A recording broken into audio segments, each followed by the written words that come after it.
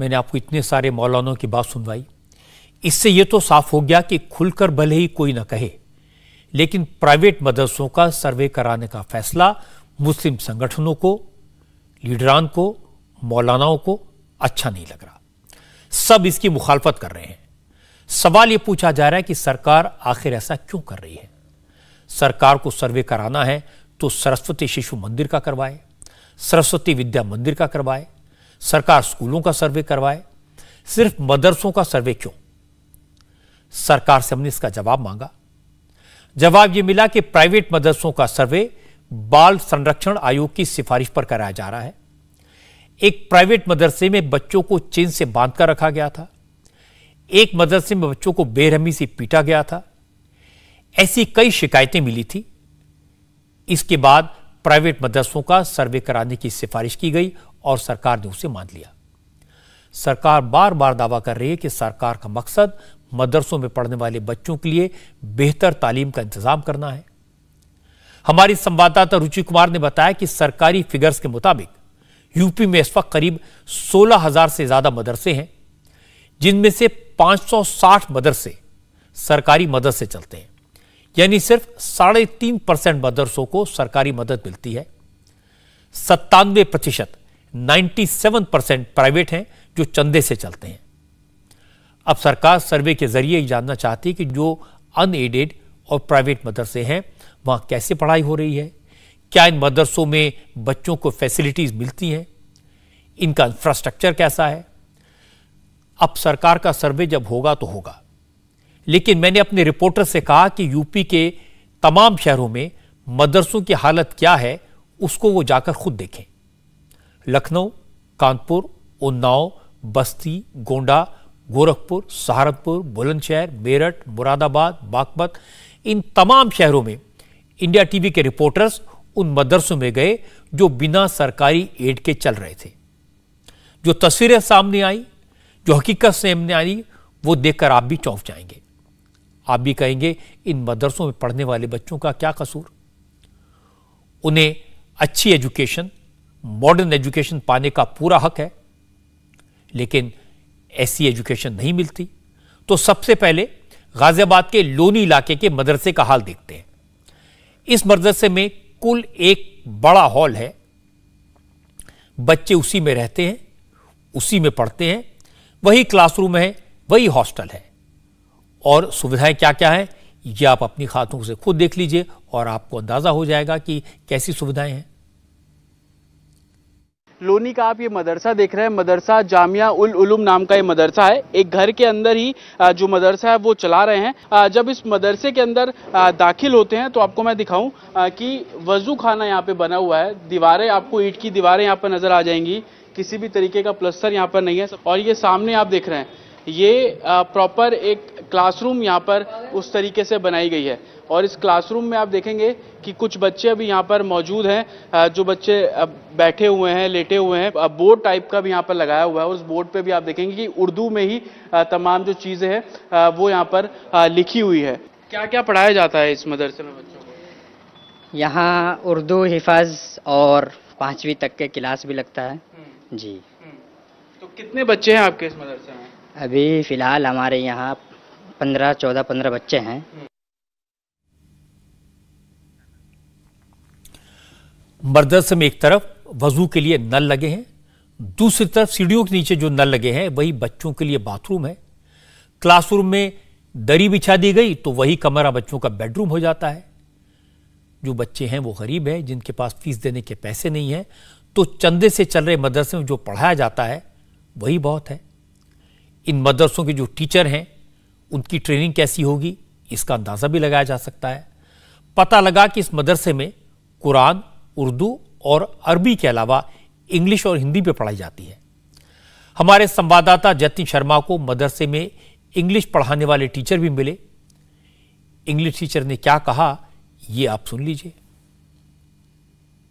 English पढ़ाता हूँ। English पढ़ाते हैं। कितने बच्चे हैं मदरसे में?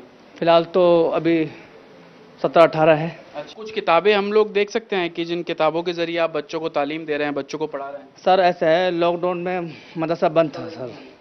अभी फिलहाल जो है कुछ बच्चे आए हैं और फिलहाल ABCD नर्सरी से लेकर चल रहे हैं सर। ये कौन सी किताब है? ये बाल पोथी बाल पोथी किताब है। तो इसी के जरिए आप लोग पढ़ा रहे हैं? जी सर। तो अभी बच्चों को सिर्फ ABCD ही सिखाया है? अभी फिलहाल जो है लॉकडाउन में सर मदरसा बंद था सर, अभी शुरुआत फिर हुआ है तो यही सब शुरू किए हैं। एक जमाने में सरकारी स्कूलों में 6ठी क्लास से इंग्लिश की पढ़ाई शुरू होती थी। अब उस जमाने को गुजरे भी 40 साल से ज्यादा हो गए, लेकिन मदरसों में आज भी 13-14 साल की उम्र में ABCD पढ़ाई जाती है।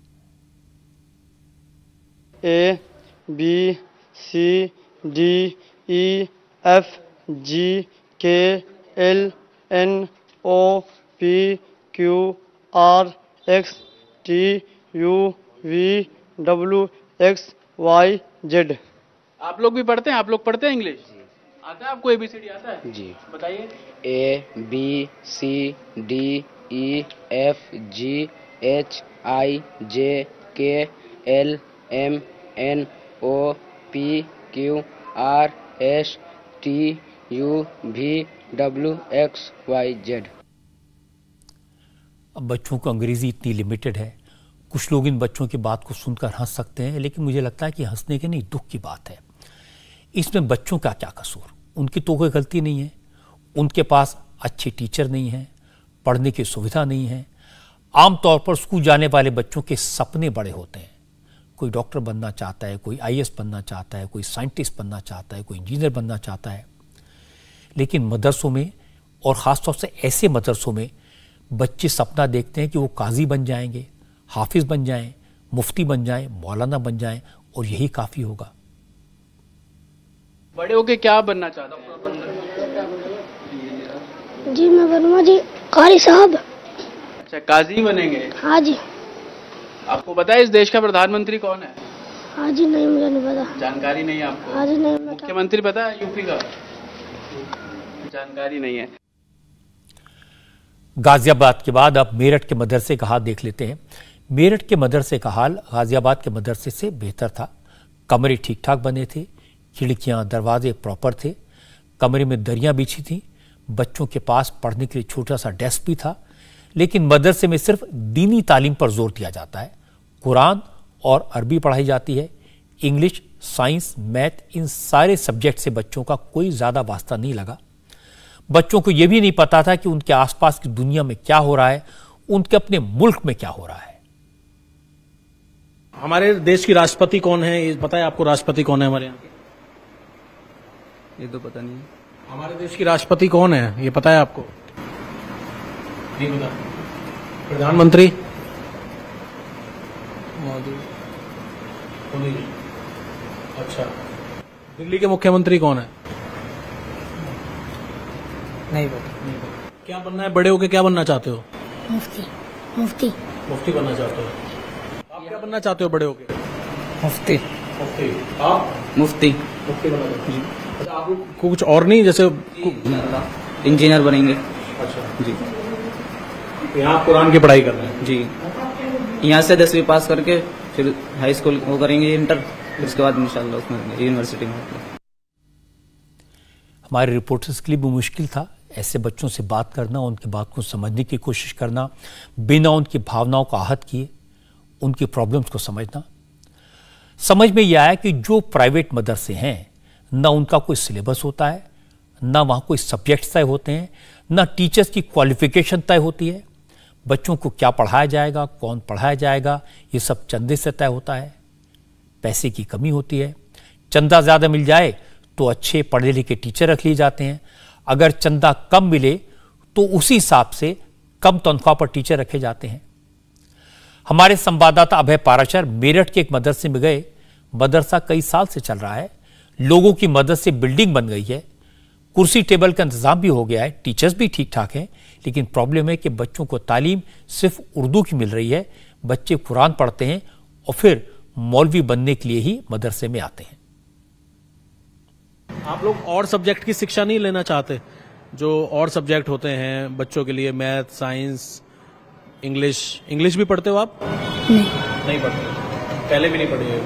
पहले पढ़ी। क्या क्या पढ़ा है? पहले स्कूल पढ़ा हुआ। अब स्कूल छोड़ दिया आपने? क्यों? हाफिज़े के बाद पढ़ूंगा। मेरा मकसद हाफजा करना है, हाफजे के बाद पढ़ूंगा स्कूल। हाफजा हाफजा क्या होता है? कुरान शरीफ को हिफ्ज करना, बगैर देखे पढ़ना। अच्छा, अब मतलब बड़े होकर मौलाना बनना चाहते हैं जी। क्या क्या पढ़ते हो यहाँ पर? कौन कौन से टीचर आते हैं पढ़ाने? 3 आते हैं, 3 पढ़ाना। 3। अच्छा, तो कुरान के अलावा और क्या पढ़ते हो पढ़ाई में? हिफ्ज और कुरान बस। अच्छा, बस यही पढ़ाते हो। आप सभी क्या मौलवी बनना चाहते हैं? हैं? जी। पढ़ाई में और कुछ नहीं करते आप? मतलब कोई और क्या पढ़ते हो आप? अभी तो कुरान पढ़ रहे हैं उर्दू, इसके बाद स्कूल पढ़ेंगे। कुरान के बाद स्कूल में जाएंगे? कितना समय लगता है इसमें पढ़ने में, कुरान की पढ़ाई में? अपने ऊपर बात है, एक साल में, 1.5 साल में, कुछ महीनों। बच्चे स्मार्ट हैं, समझदार हैं, अगर इन्हें ठीक से पढ़ाया जाए तो ये बहुत बड़े बन सकते हैं। शायद इसीलिए उत्तर प्रदेश की सरकार ने सर्वे कराने का फैसला किया, और जो सर्वे हो रहा है उसमें कुल 11 पॉइंट्स हैं। इंफ्रास्ट्रक्चर क्या है, बच्चों के लिए पीने के पानी का क्या इंतज़ाम है, एक मदरसे में कितने बच्चे पढ़ते हैं, कौन कौन से सब्जेक्ट पढ़ाए जाते हैं, कितने टीचर्स हैं, कमरे कितने हैं, डेस्क हैं या नहीं, कुर्सी टेबल का इंतज़ाम है या नहीं, मदरसे के खर्चे का इंतज़ाम कैसे होता है, अगर बच्चे मदरसे में रहकर पढ़ते हैं तो उनके रहने का, उनके खाने पीने का क्या इंतज़ाम है, क्या फैसिलिटीज़ उनके पास हैं। अब मदरसों की हालत हम जो देखी उसके बाद तो लगता है कि मदरसों को सरकारी मदद की बहुत ज़रूरत है। लेकिन असदुद्दीन ओवैसी कहते हैं कि यूपी सरकार मदरसों के सर्वे की आड़ में मिनी एनआरसी करवा रही है। मुझे लगता है ओवैसी जैसे नेताओं को यूपी के मदरसों की हालत अपनी आंखों से देखनी चाहिए। ज्यादातर मदरसे 1 या 2 कमरों के घर में चल रहे हैं। छोटे छोटे शहरों या गांव की बात छोड़ दीजिए, यूपी की राजधानी लखनऊ में भी मदरसे घरों से चल रहे हैं। इन मदरसों को चंदा मिल जाता है, उसी से किसी तरह खर्चा चलाते हैं। हमारी संवाददाता रुचि कुमार लखनऊ के काकोरी इलाके में गई। यहां भी मदरसा घर के अंदर चल रहा था। बच्चों के लिए पढ़ने का इंतजाम एक कमरे में था। मौलवी ने बताया कि वो कुरान और उर्दू के साथ साथ इंग्लिश और मैथ्स भी पढ़ाते हैं, लेकिन इन सब्जेक्ट्स का कोई कोर्स नहीं है, किसी बोर्ड की किताबें नहीं पढ़ाई जाती। हमारे यहाँ तकरीबन 125 या 30 बच्चे पढ़ते हैं, 30 बच्चों तक के होंगे, जिसमें हिंदी, अंग्रेज़ी और मैथ और अरबी की मुकम्मल तालीम यहाँ पर दी जाती है। दुनियावी तालीम के साथ साथ, दीनी तालीम के साथ साथ दुनियावी तालीम का भी पूरा नज़्म है। एनसीईआरटी की किताबें पढ़ाते हैं आप लोग? वो किताबें जो सरकार की तरफ से हैं जी, उसमें से जो है उसका कोर्स बनाने की कोशिश की जा रही है। वो एनसीईआरटी किताबें नहीं, जो सरकार का कोर्स है वो यहाँ पे लागू नहीं, अभी नहीं लागू हो पाए। गलत है तो सरकार उनका जो है सर्वे करा करके उनको निरस्त करे। जो गलत तरीक़े पर चला रहे हैं या चल रहे हैं, सरकार उनकी पूरी जानकारी लेकर के उनको ख़त्म करे, और जो सही चल रहे हैं उनका ताउन करे। अब हम समझ सकते हैं कि जब मॉडर्न एजुकेशन की किताबें नहीं होगी, सिर्फ कुरान पढ़ाई जाएगी, उर्दू में ही तालीम दी जाएगी, तो फिर बच्चे मुफ्ती, काजी और मौलवी ही बनना चाहेंगे। इसमें बच्चों का तो कोई कसूर नहीं है। उन्हें जो पढ़ाया जा रहा है, जो बताया जा रहा है, जो समझाया जा रहा है, उसके हिसाब से ही वो अपने भविष्य के सपने बुन रहे हैं। लेकिन यहाँ ये बताना ज़रूरी है कि सारे मदरसे ऐसे नहीं हैं। मैं आपको कुछ ऐसे मदरसे दिखाता हूं जहां मॉडर्न एजुकेशन मिलती है, और इन मदरसों में जो बच्चे पढ़ते हैं उनके सपने अलग हैं, बड़े सपने हैं। वो मौलाना, मुफ्ती नहीं बनना चाहते। लखनऊ में ही एक कमरे में चलने वाले मदरसे हैं, और लखनऊ में ही आलीशान मदरसे भी हैं, मान्यता प्राप्त मदरसे हैं। और जो रिकॉग्नाइज मदरसे हैं उनमें पढ़ाई कैसे होती है, इसका एक एग्जाम्पल आपको दिखाता हूं। ये लखनऊ के ऐशबाग में दारुल उलूम फिरंगी महल का मदरसा है। मदरसे में सभी मॉडर्न फैसिलिटीज हैं। लड़के और लड़कियां दोनों यहां पढ़ाई करते हैं। दीनी तालीम के साथ साथ science, maths, Hindi, English, history और कंप्यूटर साइंस सारे सब्जेक्ट्स पढ़ाए जाते हैं। मदरसे में कुरान शरीफ के साथ साथ एनसीईआरटी की किताबें भी पढ़ाई जाती हैं। बड़े बड़े क्लासरूम हैं, डेस्क हैं, टेबल चेयर हैं, प्लेग्राउंड हैं, बड़ी लाइब्रेरी है जिसमें हर सब्जेक्ट की किताबें हैं। अब इस मदरसे में एक खास बात यह है कि यहाँ पर आधुनिक पढ़ाई तो होती है, वो हिंदी हो, साइंस हो, मैथ्स हो, ज्योग्राफी हो, लेकिन दीनी तालीम भी यहाँ पर दी जाती है। ये मदरसे में बच्चे हैं, इसी मदरसे में जो ईदगाह का फिरंगी महल का मदरसा है, और यहाँ पर कुरान की पढ़ाई ये बच्चे कर रहे हैं। यानी कि जो मॉडर्न एजुकेशन है उसके साथ साथ दीनी तालीम भी यहाँ दी जा रही है। ये हॉल भी बहुत ज़्यादा साफ़ सुथरा है, लाइट्स बहुत अच्छी हैं इस मदरसे में, पंखे थोड़ी थोड़ी दूर पे लगे हैं, बच्चों को गर्मी ना लगे, सब तरफ दरवाजे हैं, बहुत खुला हुआ यहाँ माहौल है। तो इस तरह से बच्चों के लिए ये मदरसा सच में बहुत ही ऐसी चीज़ है कि जिसको बच्चे आना पसंद करते हैं। जब मॉडर्न एजुकेशन मिलती है तो फिर स्टूडेंट्स का पूरा आउटलुक चेंज हो जाता है। स्टूडेंट समझने लगते हैं कि उनके सामने करियर के कितने ऑप्शन हैं। जब मैंने आपको गैर मान्यता प्राप्त मदरसों में पढ़ रहे बच्चों की बात सुनवाई थी तो बच्चे कह रहे थे उन्हें हाफिज बनना है, काजी बनना है, मुफ्ती और मौलाना बनना है।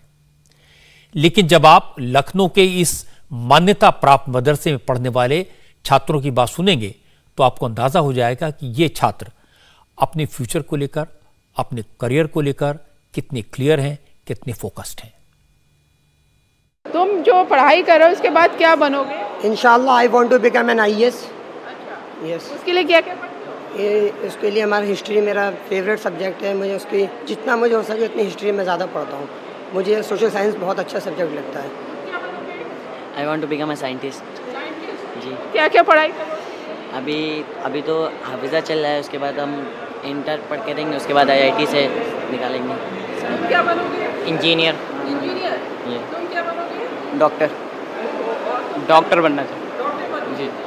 IAS officer. डॉक्टर के लिए क्या पढ़ाई कर रहे हो? डॉक्टर के लिए अभी हिफ्ज़ करने के बाद तैयारी शुरू करेंगे। आप क्या बनेंगे? जी डॉक्टर। डॉक्टर बनेंगे। क्या पढ़ाई कर रहे हो? मैं अभी English, Hindi, math, social science सब सब्जेक्ट पढ़ रहे हैं। Software engineer. ये हम लोग यहाँ पे बेसिक्स स्ट्रॉन्ग की जाती है, और फिर जैसे मैथ्स हो गया, साइंस, इवन उसमें भी हम लोग बहुत अच्छा अभी परफॉर्म कर रहे हैं। और ऐसा लग नहीं रहा कि मदरसे में पढ़ रहे हैं, बहुत अच्छे से हम लोग की पढ़ाई हो रही है, और टीचर्स भी बहुत फ्रेंडली हैं, बहुत अच्छे से हम लोगों को कोप अप कर रहे हैं। तो बाकी मदरसे देखती हो तो कुछ अपना मदरसा फ़र्क सा दिखाई देता है? बहुत ज़्यादा है। यहाँ पर बहुत सारी सामान मिलता है और बहुत अच्छे से यहाँ पर पढ़ाई भी होती थी। स्टार्टिंग में तो जब आए थे तो ज़्यादा कुछ नहीं आता था, यहाँ पर आके बहुत कुछ सीखने को मिला हम लोगों को। अच्छी तालीम होगी तो फिर सपने भी बड़े बड़े होंगे। इस मदरसे को चलाने वाले दारुल उलूम के मौलाना खालिद रशीद फिरंगी महली ने कहा कि उनका मकसद बच्चों को दीन के साथ दुनिया की तालीम देना भी है। मदरसे में लड़कियों की पढ़ाई पर खालिद रशीद ने कहा कि जब बेटियां आगे बढ़ेंगी तभी मुल्क आगे बढ़ेगा। यहाँ पे इस बात की कोशिश की जाती है कि जो भी बच्चे तालीम हासिल करने आएँ उनको कुरान और हदीस, इस्लामिक स्टडीज़ के साथ साथ जो मॉडर्न सब्जेक्ट्स हैं जैसे साइंस है, मैथ्स है, हिस्ट्री, जोग्राफ़ी है, उसकी भी तालीम दी जाए, जिससे कि बच्चे आगे चल करके जिस भी लाइन में जाना चाहें, चाहे आलमियत की लाइन में, चाहे डॉक्टरी या इंजीनियरिंग के लाइन में, उसमें जा सकें और ख़ुद अपने पैरों पर खड़े हो सकें। जैसे जो दीनी तालीम है, यहाँ बच्चे कुरान भी पढ़ रहे हैं, तो साथ में हमने देखा मैथ्स भी बच्चियों को पढ़ाई जा रही है। यानी यहाँ लड़कों के साथ साथ लड़कियों की भी तालीम का इंतज़ाम है और सभी सब्जेक्ट्स उनको पढ़ाए जा रहे हैं, जिससे कि बच्चियाँ भी आगे चल कर के नीट भी क्वालिफाई कर सकें या इंजीनियरिंग में जाना चाहती हैं तो उसमें भी जा सकें। और अच्छी बात यह है कि लड़कों के साथ साथ लड़कियों की तरफ से भी काफ़ी अच्छा रिस्पांस मिल रहा है। मौलाना खालिद रशीद जैसे बहुत सारे मुस्लिम स्कॉलर हैं जो मुसलमानों में शिक्षा के लिए बेहतरीन काम कर रहे हैं। एक एग्जाम्पल मैंने आपको दिखाया, वक्त होता तो बहुत सारे ऐसे उदाहरण दिखा सकता था, लेकिन जितने रिसोर्सेस इनके पास हैं वो सबके पास तो नहीं हो सकते। जो छोटे छोटे मदरसे चल रहे हैं वो चंदे पर चल रहे हैं। अगर उन्हें सरकारी मदद मिल जाए तो ये मुस्लिम बच्चों के भविष्य के लिए बहुत बड़ा काम होगा। योगी आदित्यनाथ की सरकार का दावा तो यह है कि प्राइवेट मदरसों के सर्वे के पीछे मकसद है सभी मुस्लिम बच्चों को बराबरी का मौका देना। आज यूपी के minority affairs minister Danish Ali Ansari ने कहा कि इस सर्वे को लेकर जो कंफ्यूजन फैलाया जा रहा है वो ठीक नहीं है। सरकार का मकसद मदरसों को बेहतर करना है, जिससे मुस्लिम बच्चों को बेहतर एजुकेशन और रोजगार दोनों मिल सकें।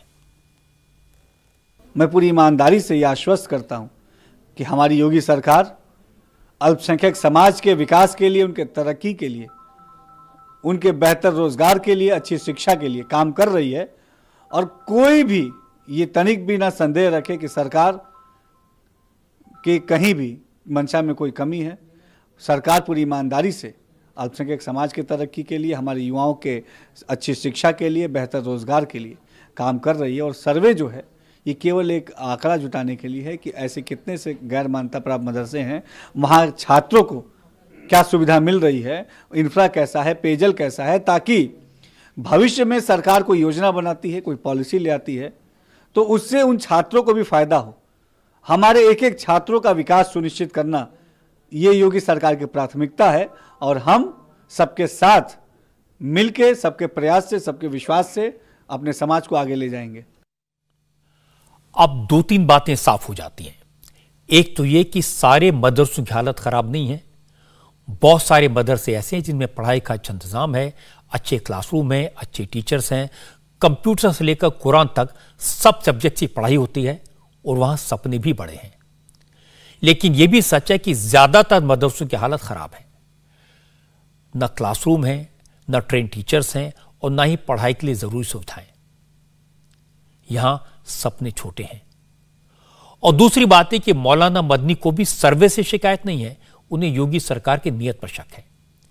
इसलिए मुझे लगता है कि मौलाना मदनी जैसे पॉजिटिव सोच रखने वाले मौलानाओं को सर्वे पूरा होने का इंतजार करना चाहिए, मदरसों को इस सर्वे में हिस्सा लेने के लिए एनकरेज करना चाहिए। और मुझे लगता है कि सरकार की नीयत साफ है। प्राइवेट मदरसे चलाने वाले भी मदद चाहते हैं, बच्चों को बेहतर एजुकेशन देना चाहते हैं और मदरसों में पढ़ने वाले बच्चे भी पढ़ना चाहते हैं, वो भी बड़ा बनना चाहते हैं। इंडिया टीवी हर वक्त हर जगह डाउनलोड करने के लिए सर्च करें India TV news Google play store या ऐप स्टोर पर।